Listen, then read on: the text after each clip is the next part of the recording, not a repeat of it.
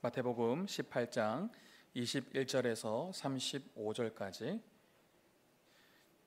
한 절씩 교독하실 때 제가 먼저 21절 읽도록 하겠습니다. 그때 베드로가 나와 이르되 주여, 형제가 내게 죄를 범하면 몇 번이나 용서하여 주리이까? 7번까지 하오리이까?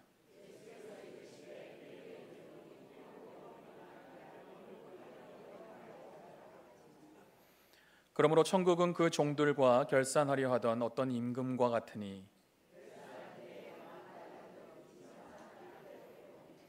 갚을 것이 없는지라 주인이 명하여 그 몸과 아내와 자식들과 모든 소유를 다 팔아 갚게 하라 하니,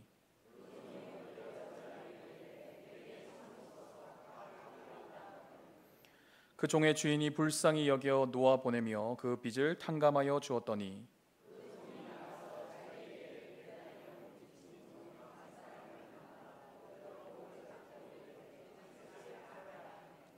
그 동료가 엎드려 간구하여 이르되 나에게 참아 주소서, 갚으리이다 하되,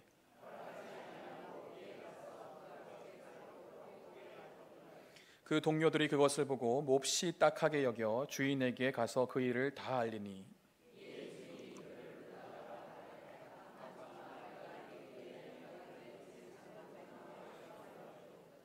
내가 너를 불쌍히 여긴과 같이 너도 내 동료를 불쌍히 여김이 마땅하지 아니하냐 하고,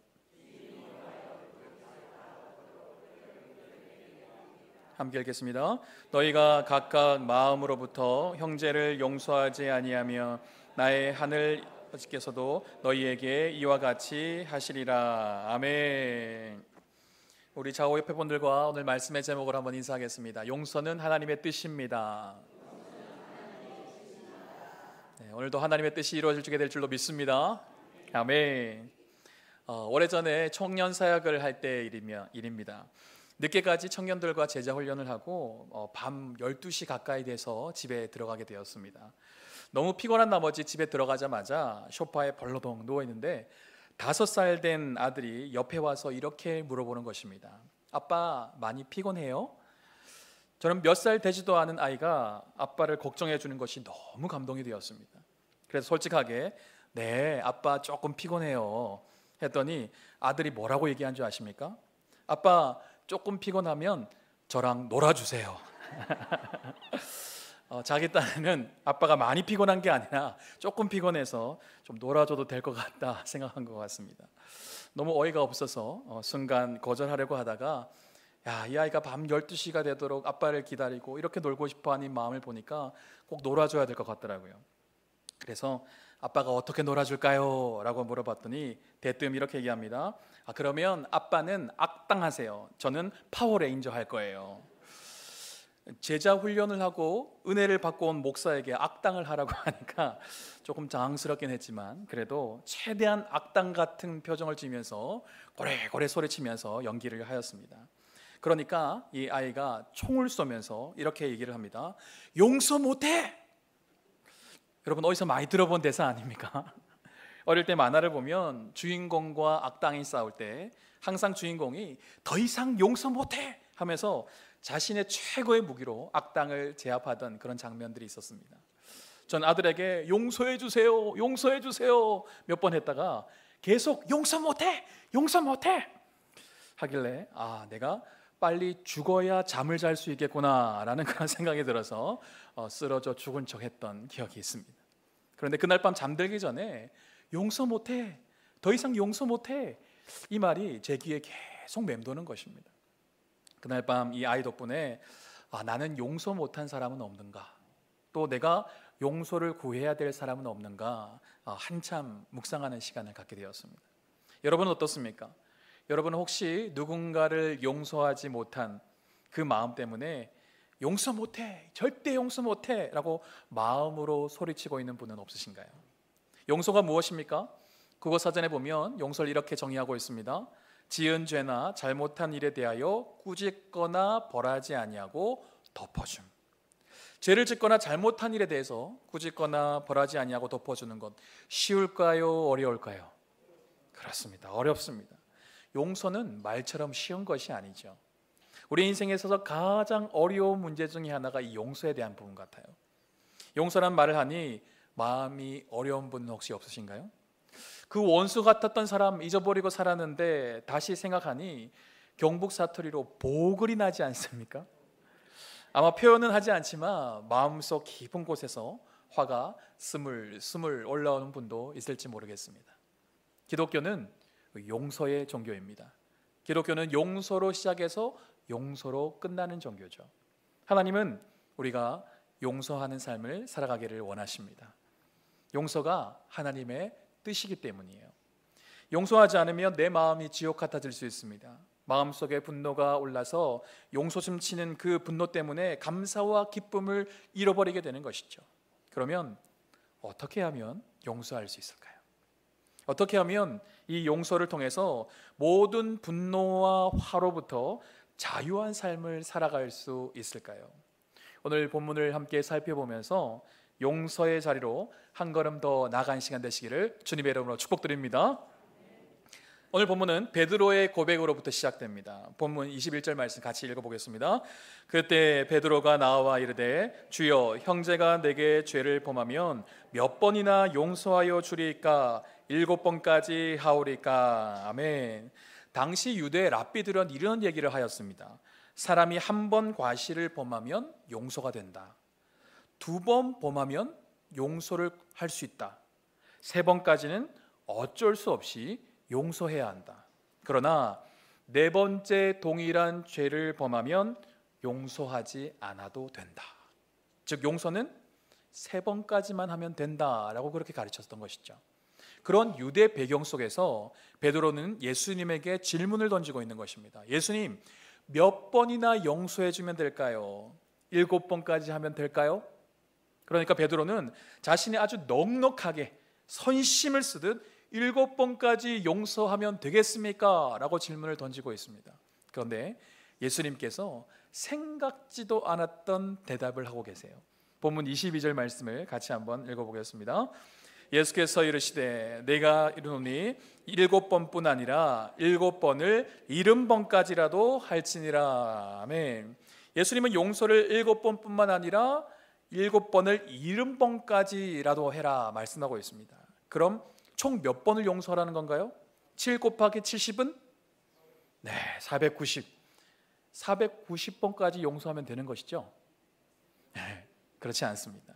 여기에 나온 숫자는 문자적으로 해석해서는 안 됩니다. 예수님이 용서할 때마다 숫자를 세어가면서 최대 490번까지 용서하라고 말씀하신 것이 아닙니다. 그 당시 7이라는 숫자는요, 이 완전함을 상징하는 숫자였어요. 그러니까 7번씩 70번까지 용서하라는 것은 용서에 정해진 한도가 없다는 것입니다. 그러니까 계속해서 용서하는 삶을 살아야 된다라고 말씀하신 것이죠. 나는 한 번도 용서하기도 힘든데 어떻게 계속해서 용서하라고 하십니까? 예수님께 원망이 되지 않습니까? 차라리 3번까지만 용서하라고 한 유대 랍비가 더 합리적인 사고라고 생각이 들지 않으신가요? 예수님은 이어 한 가지 비유를 말씀해 주고 계십니다. 23절부터 시작되는 비유를 같이 한번 살펴보도록 하겠습니다. 예수님은 천국은 그 종들과 결산하려 하던 어떤 임금과 같다라고 하시면서 결산할 때 1만 달란트 빚진 자에 대해서 얘기하고 있습니다. 이 종은 주인에게 자그마치 1만 달란트나 빚졌다는 거예요. 여기서 1만 달란트는 어느 정도 수치의 돈이었을까요? 당시 화폐 단위로 1달란트는 6천 데나리온이었습니다. 그리고 1데나리온은 남자 성인의 하루 품삯이었어요. 하루 일당이었습니다. 그러니까 우리 돈으로 환산을 하자면 1만 달란트는 거의 한 약 6조 정도에 되는 어마어마한 돈이었다는 것이죠. 만약 어떤 사람이 1년에 300일을 일한다고 한다면 20만 년 동안 일해야 받을 수 있는 임금 전부에 해당되는 어마어마한 금액이라고 할 수 있어요. 달란트는 그 당시에 가장 큰 화폐 단위였습니다. 그리고 1만이라는 숫자는 헬라어에서 가장 큰 액수였어요. 그러니까 종이 임금에게 1만 달란트를 빚졌다는 것은 헤아릴 수 없는 빚, 도저히 갚을 수 없는 빚을 상징하고 있는 것이죠. 종은 이 어마어마한 빚을 갚을 수 있는 능력이 없었습니다. 도저히 불가능한 일이에요. 그래서 종이 엎드려서 주인에게 자비를 호소합니다. 그때 어떤 일이 일어났습니까? 27절 같이 한번 읽어보도록 할까요? 그 종의 주인이 불쌍히 여겨 놓아 보내며 그 빚을 탕감하여 주었더니, 주인이 종을 불쌍히 여겨서 1만 달란트의 빚을 탕감해 주었다는 것입니다. 종의 편에서는 기적 같은 일이 일어난 것이죠. 그런데 이야기는 여기서 끝나지 않습니다. 1만 달란트의 빚을 탕감받은 종이 나가서 자기에게 100데나리온 빚진 동료 한 사람을 만나서 나에게 빚을 갚으라고 얘기하는 것이죠. 여기서 100데나리온은요 약 3, 4개월의 품삯에 해당됩니다. 그러니까 6천만 데나리온의 빚을 탕감받은 종이 60만 분의 1에 지나지 않는 100데나리온의 돈을 당장 갚으라 라고 그렇게 요구하고 있는 것이죠. 동료가 돈을 벌어서 갚겠다, 조금만 기다려달라 하자 어떻게 얘기합니까? 30절 말씀을 보십시오. 허락하지 아니하고 이에 가서 그가 빚을 갚도록 옥에 가두거늘. 참 못됐죠. 이 종은 동료에게 갚을 시간도 주지 않고 바로 옥에 가두어 버립니다. 배은망덕한 행동에 극치를 보여주고 있는 것이죠. 어쩌면 그럴 수 있지? 그런 생각이 들지 않습니까? 그런데 이 일을 주변 동료들이 보고 있었다는 거예요. 동료들이 너무 딱하게 보여서 주인에게 이 사실을 알리니 주인이 그 종에게 이렇게 말합니다. 32절에서 34절까지 같이 한번 읽어보겠습니다. 이에 주인이 그를 불러다가 말하되 악한 종아, 내가 빌기에 내가 내 빚을 전부 탕감하여 주었거늘 내가 너를 불쌍히 여김과 같이 너도 내 동료를 불쌍히 여김이 마땅하지 아니하냐 하고, 주인이 노하여 그 빚을 다 갚도록 그를 옥졸들에게 넘기니라. 아멘. 결국 주인에게 큰 돈을 탕감받았음에도 동료의 돈을 다 받아내려 했던 이 종은 빚을 다 갚도록 감옥에 들어가게 됩니다. 여러분, 이 비유에서 나오는 종을 보면서 어떤 생각이 드시는가요? 보통 자신이 도저히 갚을 수 없는 그 빚을 탕감받았다면 자신도 동료의 빚을 탕감해주면 얼마나 좋을까라는 생각이 들 것입니다. 대부분 어쩜 저럴 수 있지? 진짜 배은망덕한 사람이야 라고 혀를 찰 수도 있을 것입니다. 그런데 만약 우리가 이 종과 같이 살고 있다고 한다면 어떠실 것 같습니까? 네? 제가요? 저는 그런 적 없는데요? 라고 하실지 모르겠습니다. 이제 이 비유에 대해서 조금 더 구체적으로 한번 살펴볼까요? 이 비유는 베드로가 예수님께 몇 번이나 용서해야 합니까? 라는 질문에 이어 대답해 주신 내용입니다. 예수님은 2번, 3번 계속해서 용서해야 된다고 말씀하시면서, 아니 3번이 아니라 계속해서 용서해야 된다고 말씀하시면서 어떻게 해야 용서하는 삶을 살 수 있는지에 대해서 이 비유를 통해서 알려주고 계세요. 그렇다면 우리가 용서하기 위해서는 무엇이 필요할까요? 어떻게 해야 용서하는 삶을 살아갈 수 있을까요? 첫 번째는요, 우리가 다 연약한 존재임을 인정할 수 있어야 된다는 것입니다. 비유에서 1만 달란트 빚진 자나 100데나리온 빚진 자나 같은 동료였습니다. 똑같은 종이었고 삶이 어려워 빚을 갚을 수 없는 사람들이었어요. 그런데 1만 달란트를 탕감받은 종은 갚을 수 없는 돈을 탕감받은 후에 교만하게 행동하죠. 어느 순간 자신이 주인이 되어 동료의 종을 판단하기 시작합니다. 자신의 재판장이 되어 당장 돈을 갚지 않으면 옥에 넣겠다고 하는 것이죠. 우리가 용서하기 힘든 이유 중에 하나가 바로 이것입니다.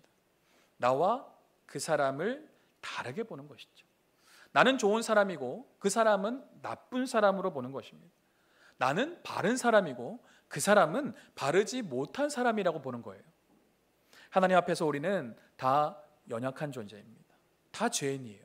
그런데 나는 달라라는 우월감을 가지고는 절대 용서할 수 없는 것이죠. 나는 죄를 짓지 않는 의인처럼 생각하고 상대방을 정말 못할 죄를 저지른 그런 죄인처럼 생각한다면 절대 용서할 수 없을 것입니다. 용서는 가해자와 자신을 동일하게 여긴다는 뜻이에요.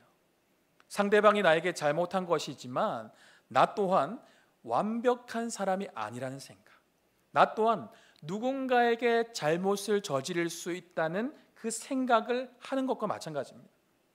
우리는 때때로 내가 굉장히 잘난 사람인 것처럼 생각할 때가 있습니다. 내가 굉장히 거룩하고 경건한 사람인 것처럼 착각해요. 그래서 상대를 정죄합니다. 판단해요. 손가락질합니다. 절대 저런 사람 용서할 수 없다라고 쉽게 얘기하는 것이죠. 그런데 우리는 그 착각에서 빠져나와야 한다는 거예요. 하나님 앞에서 우리는 다 똑같은 죄인입니다. 아픔과 상처가 많은 사람들이에요. 그 사람이나 나나 다를 게 별로 없습니다. 이것을 고급 용어로 뭐라고 얘기한 줄 아십니까? 도토리 키재기, 50보 100보, 피차 일반, 대동 소이, 독인 객인. 경상도 사투리로 마무리 한번 지어볼까요? 니나 내나 똑같다. 똑같다는 거예요. 사랑하는 성도 여러분, 그 사람과 나는 별반 다르지 않습니다. 옆 사람과 나는 그렇게 다르지 않아요. 나에게 상처 준 사람과 나의 마음을 힘들게 한 사람, 알고 보면 나와 별반 다르지 않은 사람이에요. 똑같이 상처받으며 살아온 사람이고요, 똑같이 힘들게 살아온 인생이에요. 똑같이 죄 지으며 살아온 사람이라는 것입니다. 마음으로 용서하라면 우리가 다 연약한 존재임을 인정할 수 있어야 해요. 니나 나나 똑같은 인생이다. 똑같이 하나님의 긍휼이 필요하고 똑같이 하나님의 자비가 필요한 인생임을 인정할 수 있어야 된다는 것이죠. 그때 용서의 자리로 한 걸음 더 나아갈 수 있게 되는 것입니다. 주변에 나의 마음을 어렵게 만든 사람이 있습니까? 나에게 상처를 준 사람이 있으신가요? 못할 짓을 한 사람이 있으신가요? 때론 그 사람을 판단하고 싶고 정죄하고 싶고 또 나 또한 누군가의 마음을 어렵게 하고 누군가의 가슴에 상처 줄 수 있는 그런 사람임을 우리는 인정할 수 있어야 합니다. 우리가 용서하는 삶을 살기 위해 무엇이 필요할까요? 두 번째는요, 하나님의 용서를 먼저 경험해야 된다는 것입니다. 인간은요, 이기적인 존재예요. 자기중심적인 존재입니다. 절대 누군가를 용서하는 것이 쉽지 않습니다. 그래서 우리는 먼저 하나님의 용서하심을 경험해야 된다는 거예요. 오늘 본문에 나오는 비유에서 왕은 하나님을 말하고요, 종은 우리를 말합니다. 1만 달란트는 우리가 하나님께 지게 된 무한한 빚을 얘기하고 있어요. 우리는 죄로 말미암아 죽을 수밖에 없는 존재였습니다. 인간은 죄의 문제를 해결할 수 없기 때문이에요. 죄를 가지고 있는 사람이 죄의 문제를 해결할 수가 없어요. 그래서 하나님께서 죄가 없으신 독생자 예수를 이 땅에 보내주신 것입니다. 하나님과 동등하신 예수님은 이 땅에 오셔서 내가 져야 할 십자가를 대신 져 주셨습니다. 내가 못 박혀야 될 그 자리에 예수 그리스도께서 대신 못 박혀 죽어주심으로 우리의 모든 죄를 용서해 주신 것입니다. 즉 우리의 모든 죄의 값을 대신 치러 주신 것이죠. 내가 해결할 수 없는 죄의 문제, 죽음의 문제, 예수님께서 대신 해결해 주신 것입니다. 죽을 수밖에 없는 우리가 죄의 문제를 해결받고 또 하나님의 백성이 된 것, 영원한 생명 가운데 나갈 수 있게 된 것, 천국을 소유할 수 있게 된 것, 이 모든 것이 전적인 하나님의 은혜인 줄 믿습니다. 오늘 비유로 말하자면 도저히 갚을 수 없는 1만 달란트를 예수님께서 탕감해 주신 것이죠. 그렇다면 하나님으로부터 용서함을 받은 사람은 용서하는 자리까지 나아가야 된다는 거예요. 하나님으로부터 한량없는 은혜를 경험한 사람은 다른 사람에게 그 은혜를 조건 없이 베풀 수 있어야 합니다. 만약 하나님으로부터 죄의 용서함을 받고 구원받은 사람이 다른 사람을 용서하지 않는다면 오늘 비유에 나오는 종과 똑같은 삶을 살아가는 것과 마찬가지입니다. 자신은 1만 달란트 탕감 받았음에도 불구하고 동료의 빚은 탕감해 주지 않는 것이죠. 자신은 아무런 조건 없이 용서받았음에도 불구하고 다른 사람은 용서해 주지 않는 것입니다. 그러므로 용서하기 위해서는 먼저 하나님의 그 크신 용서를 우리가 경험해 봐야 하는 것이죠. 예수님의 십자가 사랑을 깊이 경험해 보아야 용서의 자리까지 나아갈 수 있게 되는 것입니다. 우리는 날마다 하나님의 자비로 살아가고 있습니다. 하나님의 은혜로 살아가고 있어요.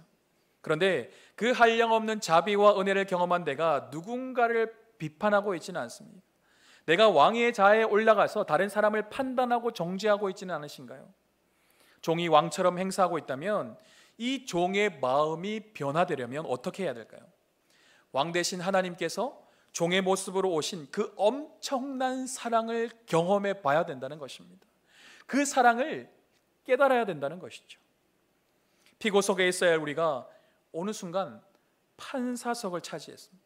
반면에 우주의 심판석에서 좌장하신 주님은 거기서 내려와 피고인의 자리에서 십자가를 지셨다는 것입니다. 말이 되는 일인가요? 온 땅을 심판하실 분이 우리 대신 심판과 형벌을 받으셨다는 것입니다. 이 놀라운 사랑을 깨달은 사람은 용서하는 삶을 살아갈 수 있게 되는 것이죠.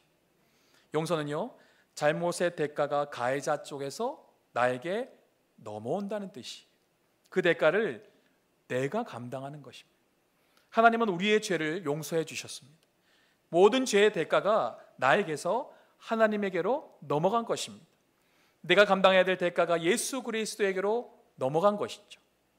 주인이 빚을 탕감해 주었다는 것은 그로 인한 손해를 자신이 부담했다는 것을 말해요. 마찬가지로 용서란 용서함으로 생기는 모든 손해를 내가 부담하는 것입니다. 상대에게 고통을 주고 싶어도 그렇게 하기를 거부하는 것이죠. 복수하고 싶어도 복수하기를 거부하는 것입니다. 내가 받은 고통만큼 똑같이 되돌려 주리라가 아니라 그 고통 내가 감수하겠다는 결단이 바로 용서라는 것입니다. 그래서 용서하는 것이 쉽지 않습니다. 하지만 우리는 반드시 용서의 자리로 나아가야 되는 것이죠. 오늘 본문의 비유 마지막에서 동료의 빚을 탕감해 주지 않은 종은 결국 어떻게 되었습니까? 본인의 빚을 탕감받지 못한 채 감옥에 잡히게 되었다는 거예요. 누군가를 용서하지 않으면 영적 옥살이를 하게 될 수도 있습니다. 내 마음에 누군가를 향한 이 분노와 악감정을 품고 살아간다면 그건 영적 옥살이와 마찬가지라는 것입니다. 캐리 피셔라는 사람은요, 이런 말을 했습니다. 우리 같이 한번 읽어볼까요? 원한이란 자기가 독을 마시고선 상대가 죽기를 기다리는 것과 같다. 원한이란 자기가 독을 마시고 상대가 죽기를 기다리는 것과 같다는 것이죠. 하나님은 왜 우리에게 용서하라고 말씀하실까요? 용서하지 않은 채 상대에 대한 원한을 품고 원망 가운데 살아간다면 우리의 영이 점점 죽어갈 수밖에 없다는 것입니다. 하나님은 용서를 통해서 서로 간의 관계가 회복되고 화평하기를 원하십니다. 하지만 그 이전에 하나님은 우리 자신을 위해서 용서하라고 말씀하시는 것입니다. 하나님은 우리 마음이 지옥이 아니라 천국이 되기를 원하세요. 평생 복수를 꿈꾸며 살아가는 인생이 아니라 평생 감사와 기쁨으로 살아가는 인생이 되기를 원하십니다. 용서하면 내가 손해인 것 같다라고 생각이 드시는 분이 있는가요? 세상에서는 화가 날 때 상대방에게 화를 내라, 원망하고 싶을 때 원망해라, 복수하고 싶을 때 어느 정도 복수하는 것이 심리적으로 도움을 줄 수 있다, 그렇게 말하곤 합니다. 물론 잠깐 속이 후련할 수도 있어요. 뭔가 스트레스가 조금 풀리는 것 같이 느껴질 수도 있습니다. 하지만 화를 낼수록, 원망할수록, 복수할수록 내 마음의 집, 영적인 집이 지옥이 되어 간다는 것을 우리는 깨달아야 된다는 것이죠. 하나님은 우리를 끔찍히도 사랑하시는 분이십니다. 죽기까지 우리를 사랑하신 주님께서 용서는 선택이 아니라 하나님의 명령이라고 말씀하신다면 우리는 그 말씀에 순종해 보면 어떨까요?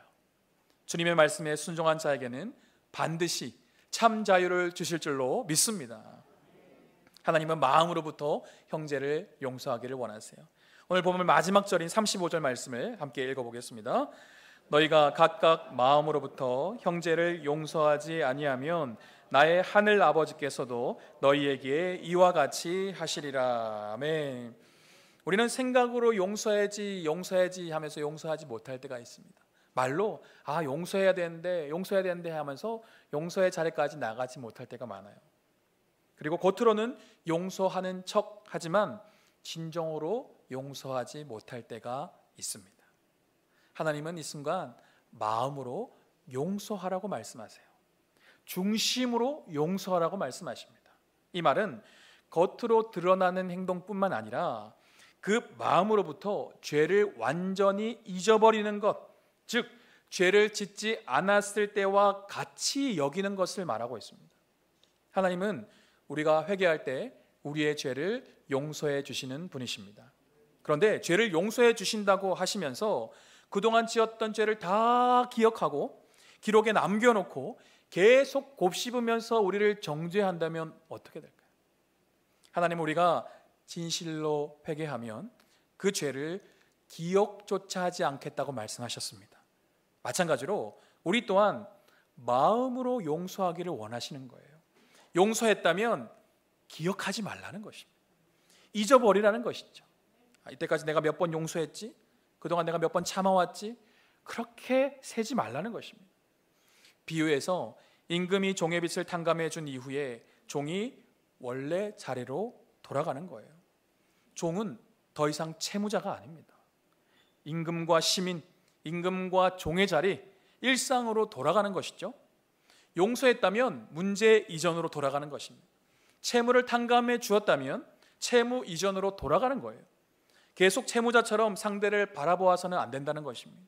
뭔가 내가 큰 은혜를 베푼 사람처럼 계속해서 그 사람 위에서 그 사람을 바라보고 판단해서는 안 된다는 것이죠. 말씀을 마무리하겠습니다. 우리는 이 땅을 살아가면서 해결해야 될 문제가 참 많습니다. 그리고 꼭 해결해야 될 문제가 있어요. 그것이 바로 이 용서의 문제입니다. 용서는 하나님의 뜻이에요. 내가 원해서 용서하는 것이 아닙니다. 내가 용서할 만해서 하는 것이 아니에요. 용서는 내 안에 감정이 정리되어서 하는 것도 아닙니다.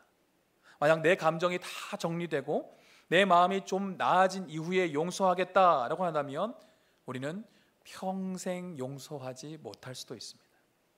용서는 쉽지가 않아요. 상대방의 빚을 내가 감당해야 되기 때문입니다. 내가 참고 견디고 인내해야 되기 때문이에요. 하지만 용서는 하나님의 뜻이며 하나님의 뜻에 순종하는 마음으로 용서하는 것입니다. 그럼 어떻게 용서할 수 있습니까? 먼저 우리가 다 연약한 존재임을 인정해야 된다는 것이죠. 다 부족한 존재임을 인정해야 하는 것이죠. 하나님 앞에서 우리는 다 죄인이며 실수가 많은 완벽하지 못한 존재임을 인정할 수 있어야 합니다. 또한 우리는 하나님의 용서하심을 먼저 경험해야 한다는 것입니다. 용서는 우리의 힘으로 할 수 없습니다. 우리의 능력으로 할 수 없어요. 우리의 감정으로도 할 수 없습니다. 하나님의 한량없는 사랑과 은혜, 조건 없는 그 용서하심을 깨달은 자만이 진정으로 용서할 수 있는 것입니다. 사랑하는 성도 여러분, 용서하지 않으면 누가 손해일까요? 내가 손해라는 거예요. 용서하지 않으면 늘 분을 품고 살아가는 것과 같습니다. 내 몸을 상하게 하는 것을 계속 붙들고 살아가는 것과 마찬가지예요. 용서하지 않으면 천국과 같은 인생이 아니라 지옥과 같은 인생을 살아갈 수도 있어요. 아직 용서하지 못한 영혼이 있으신가요? 아직 용서하기 싫은 사람이 있으십니까? 그 사람이 부모입니까? 형제 자매입니까? 남편과 아내입니까? 아니면 주변의 지체들입니까? 그 사람을 용서해야 하는데, 용서해야 되는데 자꾸 생각하면 더 힘들어질 수도 있어요. 용서가 안 되는데 용서하려고만 한다면 마음이 더 어려워질 수 있습니다. 용서는 내가 할 수 없는 거예요. 용서하기 힘들 때 그 사람을 생각하지 마시고 하나님을 생각하십시오. 그 사람의 행위를 생각하지 마시고 용서받을 수 없었던 나를 용서하신 하나님을 묵상하시기를 바랍니다. 죽을 수밖에 없는 나를 위해 아무 조건 없이 사랑해 주신 주님의 십자가를 묵상하십시오. 쓰러지고 무너진 인생, 세상 가운데서 방황할 수밖에 없었던 나의 인생 다시 일으켜 주신 하나님의 은혜를 기억하시길 바랍니다. 하나님의 그 한량없는 은혜, 주님의 그 풍성한 사랑이 내 안에 가득하면 내가 아니라 내 안에 계신 성령께서 용서의 자리로 인도해 주실 것입니다. 하나님의 뜻에 순종함으로 용서의 발을 내디는 모든 분들 위해 하나님이 주시는 참 자유와 기쁨이 가득하시기를 주님의 이름으로 축원드립니다.